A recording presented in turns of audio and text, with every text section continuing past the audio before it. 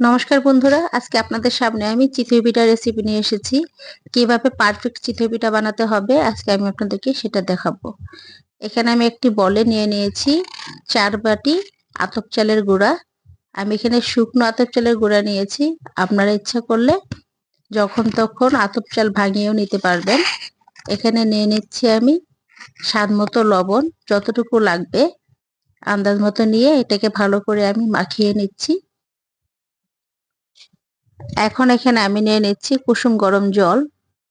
আমি একটু একটু করে দিব আর এটাকে মাখিয়ে নিব। আমি একবারে সবগুলো দিয়ে দিব না, অল্প অল্প করে দিয়ে মাখিয়ে নিতে হবে। একবারে সবগুলো দিয়ে দিলে জল আন্দাজ মতো দিয়ে দিলে দেখা যাবে জলটা বেশি হয়ে যাবে। আর এটার মধ্যে যেটা গোপন টিপস আছে, যেটা না করলেই না, এটাকে আমি অল্প অল্প জল দিয়ে ভালো করে মাখিয়ে নেব যতক্ষণ সম্ভব। 4 থেকে 5 মিনিটের মতো আমি এটাকে ভালো করে এভাবে মাখিয়ে নেব। দেখছেন আমরা যেভাবে মাখিয়ে নিচ্ছি, এভাবে 4 থেকে 5 মিনিটের মতো মাখাতে হবে। অবশ্যই এটা সময় নিয়ে মাখাতে হবে। আমি এখানে 1 কাপ জল নিয়েছিলাম, সেখান থেকে আমার সামান্য একটু বেঁচেছে আর সবটুকু দিয়েই আমি মাখিয়ে নিচ্ছি। এভাবে মথে নেব আমি, বারবার বলছি 4 থেকে 5 মিনিট, পারলে আরো সময় ধরে মাখাবেন। মাখাতে মাখাতে যখন এরকম অনেকটা নরম হয়ে আসবে, তখন এখানে আমি আরো কিছু অল্প অল্প করে জল দিয়ে দিব। এখানে আমি জল দিয়ে আবারও মাখিয়ে নিচ্ছি খুব ভালো মতো। এটাকে আপনি যত ভালো মাখাবেন ততটাই ভালো করে ফুলবে এই পিঠা। তাই আমি একটু একটু করে জল নিয়ে যতটুকু প্রয়োজন সেভাবে মাখিয়ে নিচ্ছি। আপনারা এভাবে দেখে দেখে মাখিয়ে নেবেন, সময় নিয়ে মাখাবেন অবশ্যই। আমি একসময় পিঠা বানাতে পারতাম না। এই পিঠাটা আমার মতো অনেকে আগে নষ্ট করে ফেলতো বা এখনো ফেলেন। আপনারা খেয়াল করবেন যখন এটাকে খুব ভালো করে মাখাবেন। এখানে আমি 2 মগ জল নিয়েছিলাম, তার থেকে আধা মগের মতো বেঁচে গেছে। তার মানে এই ডো বানাতে আমার 1.5 মগ জল লেগেছে। এখন এই গোলাটাকে আমি রেখে দিব রেস্টে, কমপক্ষে 30 মিনিটের জন্য। পারলে আপনারা আরো বেশি রেখে দিতে পারেন। এখন ফিরে আসছি 30 মিনিট পর। 30 মিনিট না, ঠিক 40 মিনিট পর আমি এখানে বানাতে এসেছি। এখানে দেখুন আমি তাওয়াটা বসিয়ে রেখেছিলাম খুব লো হিটে, মিডিয়াম টু লো হিটে রেখে দিয়েছিলাম প্রায় 4 থেকে 5 মিনিটের মতো।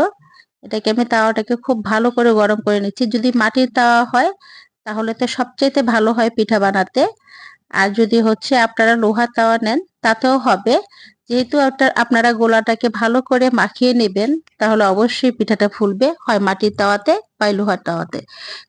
আপনারা যে তাওয়াতেই বানান না কেন পিঠা ফুলতে বাধ্য। দেখুন আমার প্রথম পিঠাটাই কতটা সুন্দর ফুলে টইটুম্বর হয়েছে। আপনারা দেখতেই পাচ্ছেন পিঠাটা এরকম সুন্দর হয়েছে। এভাবে প্রথম পিঠাটাই যখন এতটা সুন্দর, তাহলে প্রতিটা পিঠা অবশ্যই সুন্দর হবে। আর পিঠা উঠায় নেওয়ার পর এভাবে একটু ভিজা কাপড় দিয়ে তাওয়াটাকে ভালো করে মুছে নেবেন। মুছে নিয়ে এখানে আমি আরো একটি পিঠা আপনাদেরকে দিয়ে দিচ্ছি। দেখুন, দিয়ে আবার ঢাকনা দিয়ে আমি এটাকে ভালো করে ঢেকে নিব।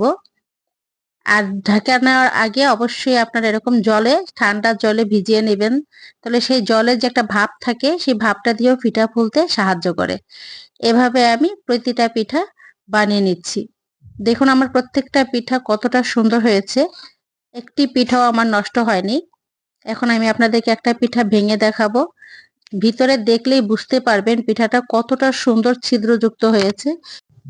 আপনারা এভাবে যদি পিঠা বানান তাহলে অবশ্যই আপনারা ফেল করবেন না। প্রত্যেকটা পিঠা আপনাদের পারফেক্ট সুন্দর হবে, খেতেও খুব ভালো লাগবে।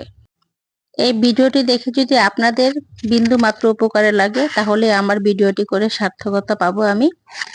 অবশ্যই এটি ফলো করে আপনারা দেখবেন, বানাবেন। আশা করি আপনাদের পিঠা সাকসেসফুল হবেন। ধন্যবাদ সবাইকে।